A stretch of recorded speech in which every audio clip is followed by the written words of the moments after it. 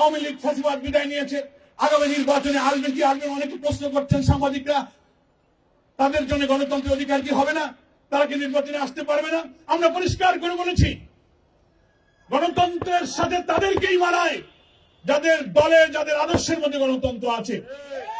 আওয়ামী লীগ তো সেই দল যারা ফ্যাসিস্ট, যারা স্যাডিস্ট, যারা আন্দোলনকারী, গণতন্ত্রকামী মানুষকে গুলি করে হত্যা করে 5ই আগস্টের বিদায়ের আগ মুহূর্তে মৃতদেহ লাশকে আগুনে পুড়িয়ে ছাই করে দিতে পারে, যারা হেলিকপ্টার থেকে গুলি করে দেশের মানুষকে হত্যা করতে পারে, যারা প্রকাশ্য দিবালোকে পল্টনের মোড়ে লাঠি দিয়ে 7 জন যুবককে হত্যা করে মৃতদেহের উপরে নাচানাচি করতে পারে, তাদের সামনে কখনো গণতন্ত্র যায় না।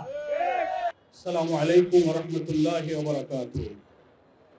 আলহামদুলিল্লাহি রাব্বিল আলামিন, সালাতু ওয়াস সালামু আলা সাইয়্যিদিল মুরসালিন ওয়া আলা আলিহি ওয়া সাহবিহি আজমাইন। ঢাকা সাংবাদিক ইউনিয়নের এই বার্ষিক সাধারণ সভার প্রিয়ভাজন সভাপতি, ডিউজের সভাপতি, সাংবাদিক নেতা শহীদুল ইসলাম, আজকের এই ডিউজের বার্ষিক সাধারণ সভার সম্মানিত প্রধান অতিথি, বাংলাদেশ জাতীয়তাবাদী দলের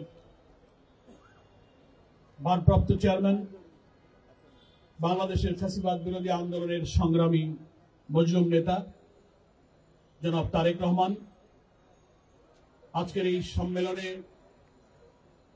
উপস্থিত আমার প্রিয় সাংবাদিক বন্ধুগণ, সুধীবৃন্দ এবং দেশবাসী, বাংলাদেশ জামাত ইসলামের সম্মানিত আমির, বাংলাদেশের রাজনৈতিক নেতৃবৃন্দের মধ্যে নন্দিত নেতা, আলোচিত নেতা, মানবিক নেতা ডক্টর শফিকুর রহমানের পক্ষ থেকে সকলকে আমি আন্তরিক শুভেচ্ছা এবং ধন্যবাদ জানাচ্ছি। সাংবাদিকদেরকে পৃথিবীতে সভ্যতার ব্যারোমিটার বলা হয়। আমি আশা করব বাংলাদেশের সাংবাদিকদের মধ্যে বহুদা বিভক্ত রাজনীতির, সংবাদপত্রের স্বাধীনতা রোধ করা, বিভিন্ন কারণ তৈরি করে আওয়ামী ফ্যাসিবাদী শক্তি যেভাবে বাংলাদেশের সংবাদপত্র আমাদের মুক্ত গ্রন্থকে রুদ্ধ করেছে, সাংবাদিকদের মধ্যে অপসংস্কৃতি, অপরাজনীতি ঢুকিয়ে বহুদা বিভক্ত করে এই সভ্যতার ব্যারোমিটারকে ধ্বংস করে দিয়ে সভ্যতাকে তছনছ করে দিয়েছে। যেমন তছনছ করেছে আমাদের গণতন্ত্র, যেমন তছনছ করেছে আমাদের ভোটাধিকার, যেমন তছনছ করেছে আমাদের judiciary, civil administration, police administration, রাষ্ট্রযন্ত্রের সকল অর্গানকে করাপ্ট করে দিয়ে, পলিটিসাইজ করে গোটা জাতির সমস্ত অঙ্গ, অর্থনীতি, রাজনীতি, সংস্কৃতি তছনছ করে দিয়ে এই জাতিকে আধিপত্যবাদের একটি সেবাদাসে পরিণত করার সমস্ত আয়োজন তারা সম্পন্ন করেছিল।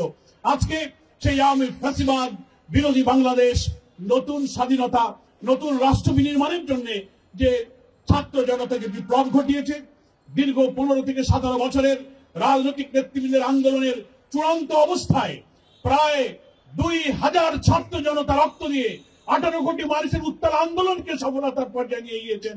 সে বীর ছাত্র জনতার আত্মত্যাগের প্রতি আজকের এই সম্মেলনে দাঁড়িয়ে আমি গভীর শ্রদ্ধা এবং গভীর সহানুভূতি প্রকাশ করছি। যারা এখানে জীবন দিয়েছেন, প্রায় 40,000 ছাত্র জনতা আহত হয়েছে, প্রায় 2000 ছাত্র জনতা শহীদ হয়েছে। আমি যারা শহীদ হয়েছেন তাদের রুহের মাগফিরাত কামনা করছি, যারা আহত হয়েছেন তাদের সুচিকিৎসার জন্য আল্লাহ তাআলার কাছে সাহায্য কামনা করছি। প্রিয় ভাইরা, সাংবাদিক নেতা রুহুল আমিন গাজী সহ এই ডিউজে সাংবাদিক ইউনিয়নের সংগঠনে যারা বারবার ফ্যাসিবাদ বিরোধী, স্বৈরাচার বিরোধী আন্দোলনের নেতৃত্ব দিতে গিয়ে এ যাবৎ এই 15 বছরে যারা জীবন দিয়েছেন, নিহত হয়েছেন, নির্যাতিত হয়েছেন, তাদের আত্মার প্রতি আমি গভীর শ্রদ্ধা এবং মাগফিরাত কামনা করছি। প্রিয় ভাইরা আমার, আজকে অনেক সময় হয়েছে, দীর্ঘ বক্তৃতা আমরা শুনেছি। আমি আমার বক্তব্য খুব দীর্ঘ করতে চাই না, তবে যে বাংলাদেশে আমরা সাংবাদিকতা করি, যে বাংলাদেশে আমরা রাজনীতি করি, যে বাংলাদেশকে একটি সুখী, সমৃদ্ধশালী, নিরাপদ বাংলাদেশ হিসেবে দেখতে চাই, সেই বাংলাদেশের সাংবাদিকতা, সেই বাংলাদেশের রাজনীতিকে কত ক্রিটিক্যাল জায়গায় পৌঁছে গিয়েছে সে সম্পর্কে আমাদের দায়িত্ব সম্পর্কে দুটি কথা বলে আমি আমার বক্তব্য শেষ করতে চাই।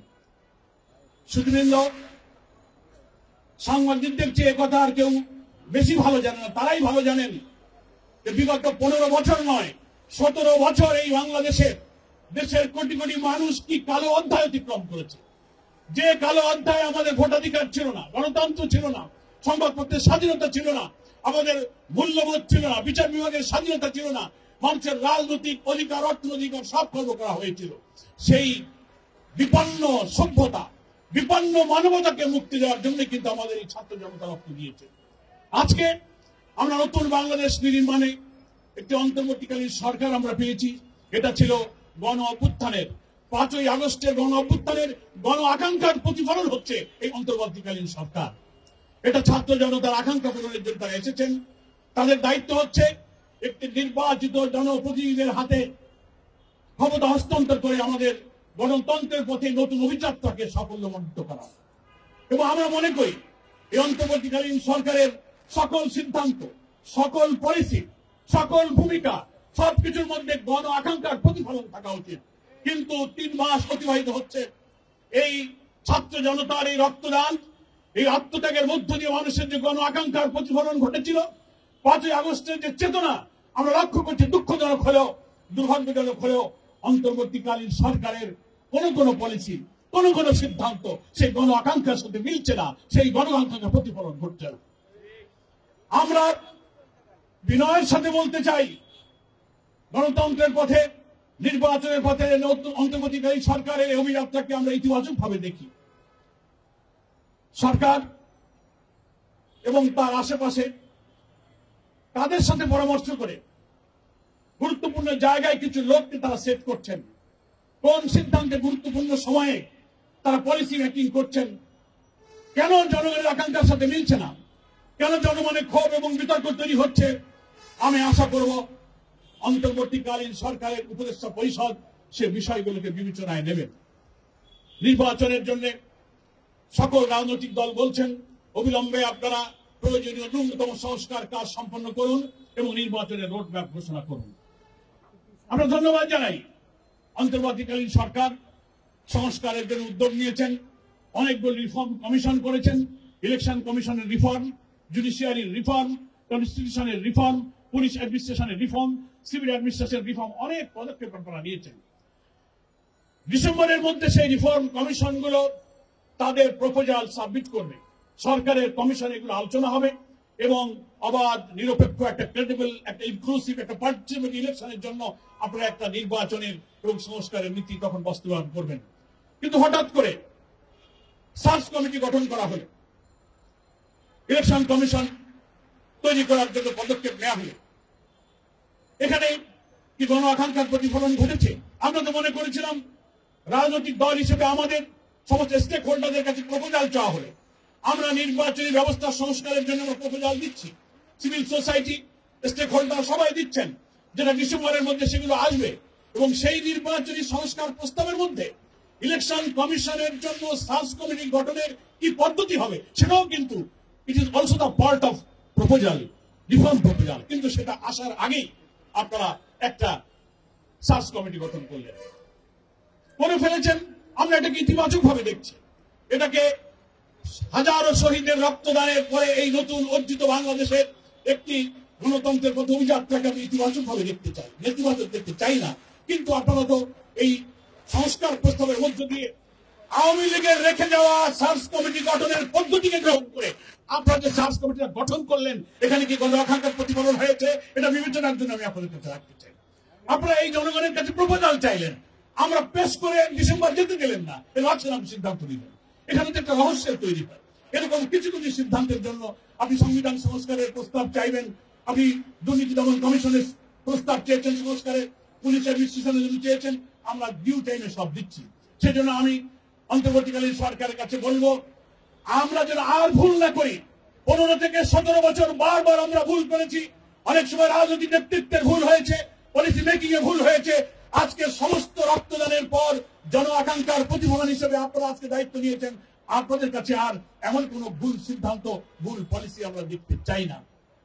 প্রিয় ভাইরা আমার, আজকে তাই একটি রাজনৈতিক দলের প্রতিনিধি হিসেবে আমাদের আহ্বান থাকবে এই সরকারের প্রতি, দেশবাসীর প্রতি, অন্তর্বর্তীকালীন সরকারের এই নির্বাচন যাওয়ার যে পথ, একটি নতুন স্বাধীনতা, নতুন বিপ্লবের পরে আমাদের জাতির সামনে যে নিউ ডাইমেনশন, সেইটাকে কি করে জাতির জন্য কি নিরাপদ, সমৃদ্ধ, ক্ষুধা দারিদ্র মুক্ত, অন্নহীন বস্ত্রহীন নিরন্ন মানুষের দুঃখ দূর করে একটি চমৎকার সমৃদ্ধ বাংলাদেশ উপহার দেওয়ার জন্য শহীদদের রক্তর দায় আমরা শোধ করতে পারি, সেই বাংলাদেশ নির্মাণের জন্য আমাদের মধ্যে একটা জাতীয় ঐক্য, একটা চিন্তার ঐক্য, সেই ঐক্যের ভিত্তি হতে হবে 5ই আগস্টের বিপ্লবের চেতনা হবে সেই ঐক্যের ভিত্তি।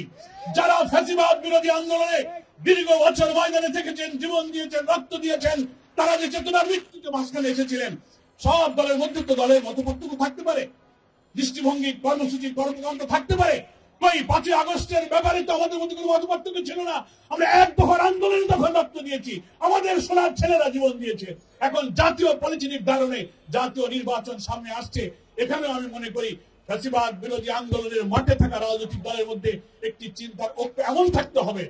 অনেক নির্বাচনী কৌশল আছে, জাতীয় ঐক্যের ভিত্তিতে আমরা এমন একটি নির্বাচনী পন্থা অবলম্বন করতে পারি যে জাতীয় নির্বাচনের মধ্য দিয়ে আওয়ামী ফ্যাসিবাদকে রাজনৈতিকভাবে এখানে আমরা নিঃশেষ করে দিতে পারি। কিন্তু ফ্যাসিবাদ বিরোধী আন্দোলনের রাজনৈতিক দলের মধ্যে যদি ঐক্য বিভেদ সৃষ্টি করার মতো কোনো কথা, কোনো ভূমিকা, কোনো বক্তব্য, কোনো ইশারা, কোনো ইঙ্গিত, এমনকি আমি খুব বিনয়ের সাথে ক্ষমা চেয়ে বলতে চাই, কোন মিডিয়া সংবাদ মাধ্যম রাজনৈতিক নেতৃত্বের বক্তব্যের প্রতি সুবিচার না করে 3 দিকে 4 দিকের কথাকে এমন ভাবে প্রেজেন্ট করেন, মানুষের মধ্যে বিভ্রান্তি তৈরি হয়।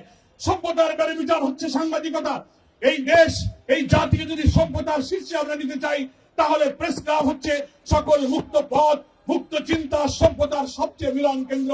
এখানে কলম যোদ্ধা, সংবাদপত্রের সাথে যারা সৈনিক হিসেবে কাজ করতেন, তাদেরও কিন্তু একটি জাতীয় ঐক্য বিনির্মাণের জন্য, একটি নিরপেক্ষ নির্বাচনের জন্য, ফ্যাসিবাদ বিরোধী সমস্ত রাজনৈতিক দলের ঐক্য গঠনের জন্য কিভাবে আপনি সংবাদ পরিবেশন করবেন, বক্তব্যগুলো কিভাবে আপনি মানুষের কাছে তুলে ধরবেন, স্টাইল অফ প্রেজেন্টেশনটা কিন্তু একটা গুরুত্বপূর্ণ ব্যাপার।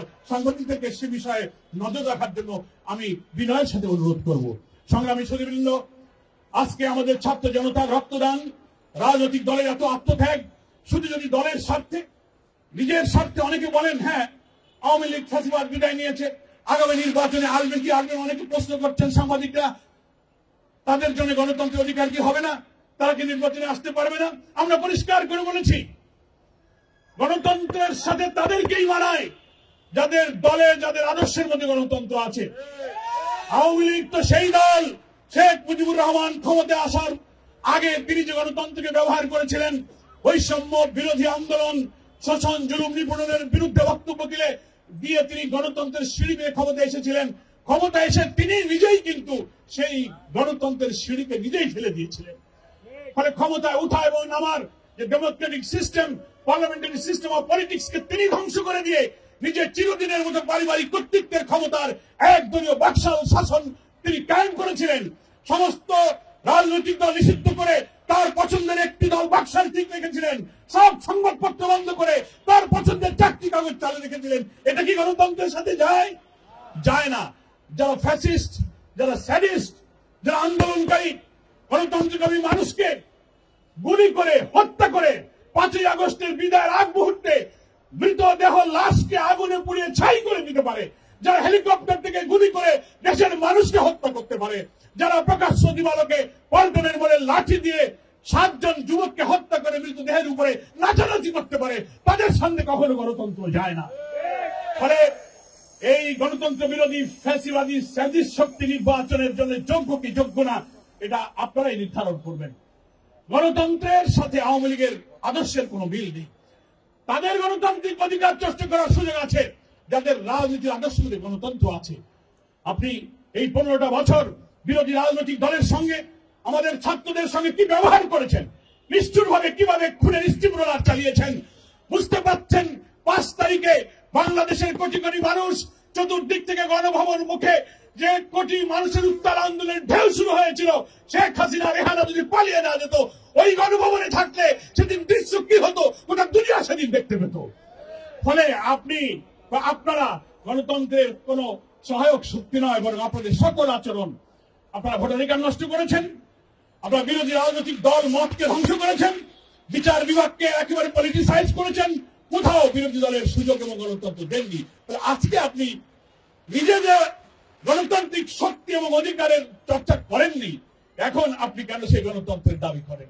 বরং ফ্যাসিবাদ বিরোধী আন্দোলনে আমরা যারা ময়দানে ছিলাম, আমাদের ভোটাধিকার, আমাদের গণতন্ত্র আপনারা হরণ করেছেন।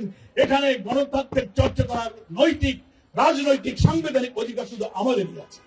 অগণতান্ত্রিক শক্তি কখনো গণতন্ত্রের কাছে স্থান পায় না। সেজন্য আমি পরিষ্কার করে বলবো যে যাদের হাতে গণতন্ত্র নিরাপদ নয়, দেশের স্বাধীনতা, অখণ্ডতা, সার্বভৌমত্ব, মূল্যবোধ কোনো কিছু নিরাপদ নয়, তারা গণতন্ত্রের জন্য নিরাপদ নয়। ইনশাআল্লাহ জনগণ সিদ্ধান্ত গ্রহণ করবে এবং ফ্যাসিবাদ বিরোধী আন্দোলনে সকল রাজনৈতিক দলের কাছে আমার আজকের এই প্রেস ক্লাব থেকে আহ্বান থাকবে, আসুন আসন্ন জাতীয় নির্বাচনে একটি গ্রহণযোগ্য সময়ের মধ্যে অবাধ করার জন্য অন্তর্বর্তীকালীন সরকারকে আমরা সহযোগিতা করি। অস্থিরতা তৈরি না করে অরাজকতা সৃষ্টির জন্য 5ই আগস্টের বিপ্লবের পর যারা প্রতি বিপ্লব, জুডিশিয়াল কু, আনসার কাণ্ড, প্রশাসনে অস্থিরতা তৈরি করা, হিন্দু বৌদ্ধ খ্রিস্টানদের মধ্যে উস্কানি দিয়ে দুনিয়ার সামনে তাদের জন্য অনিরাপদ বাংলাদেশ দেখিয়ে এই সরকারকে অস্থিতিশীল করতে চেয়েছিল, তারা ব্যর্থ হয়েছে। দেশপ্রেমিক সেনাবাহিনী এবং ছাত্র জনতা সেটা ব্যর্থ করে দিয়েছে। সেই ঐক্য ধরে রেখে আগামী জাতীয় নির্বাচনে আমরা নিশ্চয়ই নির্বাচনের একটা কৌশল অবলম্বন করতে পারি, যে কৌশল করলে ভোটের ময়দানে আওয়ামী লীগ স্থান পাবে না ইনশাআল্লাহ। আমি জাতীয়ভাবে সেই রাজনৈতিক চিন্তার ঐক্য তৈরি করার জন্য জাতীয় নেতৃবৃন্দের প্রতি, ফ্যাসিবাদ বিরোধী সংগ্রামী জনতা, ছাত্র জনতার প্রতি আহ্বান জানিয়ে আজকের এই ঐতিহাসিক এমন এক সময় এই সম্মেলন হলো, নতুন বাংলাদেশ, নতুন স্বাধীনতা, 5ই আগস্ট, যেখানে মানুষের অজস্র গণ অভ্যুত্থানের আশা আকাঙ্ক্ষা আমাদের দিকে তাকিয়ে আছে। আজকে বিএনপির সম্মানিত ভারপ্রাপ্ত চেয়ারম্যান আজকের এই অনুষ্ঠানের সম্মানিত প্রধান অতিথি, তিনি এই জাতির দুঃখ, কষ্ট, বেদনা, এই জাতির আশা আকাঙ্ক্ষা রাজনৈতিক দলের কাছে জনগণের আশা আকাঙ্ক্ষা তিনি উপলব্ধি করেন। আমি তাকে ধন্যবাদ জানিয়ে বলবো, আপনি মানুষের কথা শুনলেন, মানুষের আবেগ দেখলেন, মানুষের চাওয়া পাওয়া এবং মনের কথা আপনি শুনতে পারলেন। আশা করি আপনি সহ সকল রাজনৈতিক দল ফ্যাসিবাদ বিরোধী যে ঐক্যে তাদেরকে আমরা বিদায় করেছি, নির্বাচনের সেই আকাঙ্ক্ষার প্রতিফলনের মধ্য দিয়ে আমরা ফ্যাসিবাদের রাজনৈতিক অবসান আমরা নিশ্চিত করতে চাই। সকলকে ধন্যবাদ জানিয়ে এই ঢাকা সাংবাদিক ইউনিয়নের বার্ষিক সম্মেলনে আমাদেরকে আমন্ত্রণ জানিয়ে আমি আমার বক্তব্য শেষ করতে চাই। বহুদা বিভক্ত সাংবাদিকরা আরো ঐক্যবদ্ধ হোক। ফ্যাসিবাদের যারা দোসর ছিলেন তাদের গণতন্ত্র চর্চা, বাক স্বাধীনতার চর্চা যেহেতু তাদের পছন্দ হয় না, প্রেস ক্লাবও তাদের জন্য কিন্তু মানানসই কোনো জায়গা নয়। ফলে আমি ঢাকা সাংবাদিক ইউনিয়ন অনেক ঐতিহাসিক সিদ্ধান্ত নিচ্ছেন, সেই সিদ্ধান্তের সঙ্গে জামাত ইসলামীর পক্ষ থেকে আমি ঐক্যমত্য পোষণ করছি। সাংবাদিক ইউনিয়ন একটি ট্রেড ইউনিয়ন আন্দোলন। আপনাদের বেতন কাঠামো, সংবাদপত্রের মালিকদের কাছে আপনাদের ন্যায্য পাওনা অধিকার সম্পর্কে এই ইউনিয়নের সকল ন্যায্য দাবি দেওয়ার ব্যাপারে জামাত ইসলামীর পক্ষ থেকে সমর্থন ঘোষণা করছি এবং আন্দোলনের প্রয়োজনে অতীতে আপনাদের পাশে, সাংবাদিকদের পাশে জামাত ইসলামী ছিল, ইসলামী ছাত্র শিবির ছিল। সামনে সাংবাদিকদের অধিকার আদায়ের সংগ্রামে আমরা জামাত ইসলামী আপনাদের পাশে থাকবো এবং ইনশাআল্লাহ এই সংগ্রামে আমরা বিজয়ী হব। সকলকে ধন্যবাদ জানিয়ে আমার বক্তব্য শেষ করছি। খোদা হাফেজ। বাংলাদেশ জিন্দাবাদ। জামাত ইসলামী জিন্দাবাদ।